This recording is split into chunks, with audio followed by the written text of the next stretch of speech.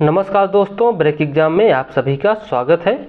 आज के वीडियो का महत्वपूर्ण टॉपिक है नागरहोल राष्ट्रीय उद्यान। यह चर्चा में है, तो आइए इसके बारे में हम विस्तार से देखते हैं। उसके बाद हम इससे जुड़े हुए MCQ क्वेश्चन देखेंगे जो आपके आने वाले परीक्षाओं में पूछे जा सकते हैं। तो देखते हैं यह क्यों चर्चा में है। आखिरकार प्रस्तावित भूमि आवंटनों को लेकर चिंता जताई गई है। विशेष रूप से नागरहोल राष्ट्रीय उद्यान यानी कि टाइगर रिजर्व के दलदली घास भूमि वाले पारिस्थितिक रूप से संवेदनशील क्षेत्रों में इसमें क्या जताई गई है, चिंता जताई गई है। आगे देख लेते हैं आखिर क्यों है यह चर्चा में। तो क्या है नागरहोल राष्ट्रीय उद्यान?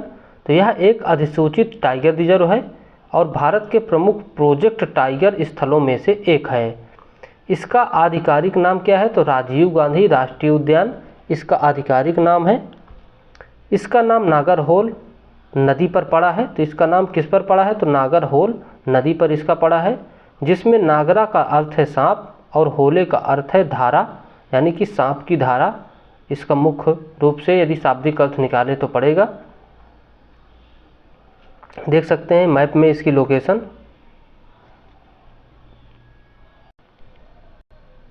तो मैप में इसकी लोकेशन है, यहाँ पर है, देख लीजिए राजीव गांधी नेशनल पार्क यहाँ पर है, कर्नाटक के ऊपरी हिस्से पे है।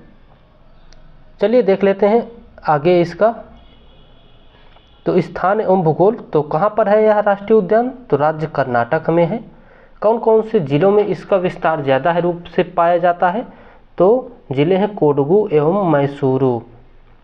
कुल क्षेत्रफल इसका कितना है? तो 847.98 वर्ग किलोमीटर में यह फैला हुआ है यह टाइगर रिजर्व। समीपवर्ती संरक्षित क्षेत्र कौन है? तो बांदीपुर टाइगर रिजर्व, ये भी कर्नाटक का है। उसके बाद वायनाड वन्यजीव अभ्यारण्य केरल का है। तो 2 टाइगर रिजर्व इसके समीपवर्ती संरक्षित क्षेत्र हैं। उसके बाद स्थिति इस कहाँ पर है? तो मैसूर पठार एवं नीलगिरी पहाड़ियों के बीच स्थित है।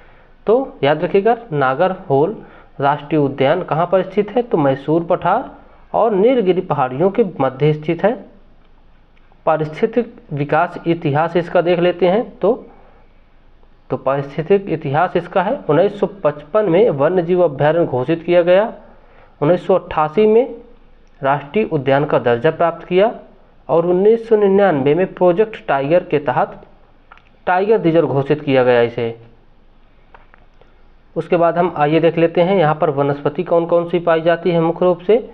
तो उष्णकटिबंधीय नम एवं शुष्क पर्णपाती वन यहाँ पर पाए जाते हैं।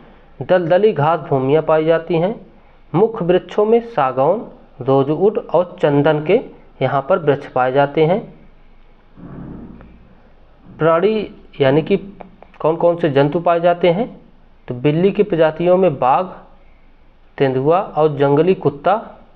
उसके बाद भालू, हाथी व बड़े शाकाहारी में एशियाई हाथी, जंगली भैंसा, सांभर, चीतल, मंटजैक और माउस डियर। इसके अलावा वानर में दक्षिणी पश्चिमी लंगूर वानरों की एक मुख्य प्रजाति पाई जाती है। यहाँ पर नदियाँ कौन कौन बहती हैं? तो नागरहोल नदी उद्यान के बीच से बहती है, इस कारण से इसी के नाम पर इसका राष्ट्रीय उद्यान पड़ा है। काबनी नदी उत्तरी सीमा बनाती है। तरका नदी दक्षिणी पूर्वी भागों से बहती है। उसके बाद इसका महत्व क्या है? तो नीलगिरी बायोस्फीयर रिजर्व का एक हिस्सा है। पश्चिमी घाटों का महत्वपूर्ण जैव विविधता गलियारा है। दुनिया का सबसे बड़ा एशियाई हाथियों का झुंड यहीं पर पाया जाता है। ये मोस्ट इम्पॉर्टेंट पॉइंट। जैविक विविधता और पारिस्थितिकीय संरक्षण के लिए अत्यंत महत्वपूर्ण है यह। उसके बाद आइए हम देख लेते हैं कुछ MCQ क्वेश्चन। तो पहला प्रश्न है नागरहोल राष्ट्रीय उद्यान का आधिकारिक नाम क्या है? तो इसके ऑप्शन है। ऑप्शन ए इंदिरा गांधी राष्ट्रीय उद्यान, ऑप्शन बी राजीव गांधी राष्ट्रीय उद्यान, ऑप्शन सी जवाहरलाल नेहरू राष्ट्रीय उद्यान, ऑप्शन डी वल्लभ भाई राष्ट्रीय उद्यान। तो इसका सही जवाब है ऑप्शन बी राजीव गांधी राष्ट्रीय उद्यान इसका आधिकारिक नाम है। चलिए बढ़ते हैं अगले प्रश्न की ओर।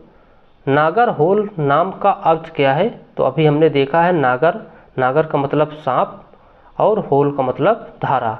यानी कि नाग की धारा इसका बिल्कुल सही जवाब है। ऑप्शन सी, तो नागरहोल का शाब्दिक अर्थ है नाग की धारा। चलिए आगे बढ़ते हैं। नागरहोल राष्ट्रीय उद्यान किस राज्य में स्थित है? तो नागरहोल राष्ट्रीय उद्यान ये कर्नाटक में स्थित है। ऑप्शन डी बिल्कुल सही जवाब है इसका।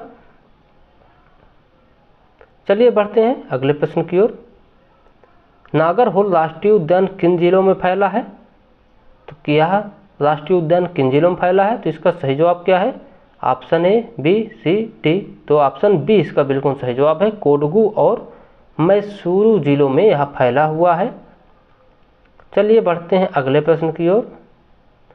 नागरहोल टाइगर रिजर्व का कुल क्षेत्रफल कितना है?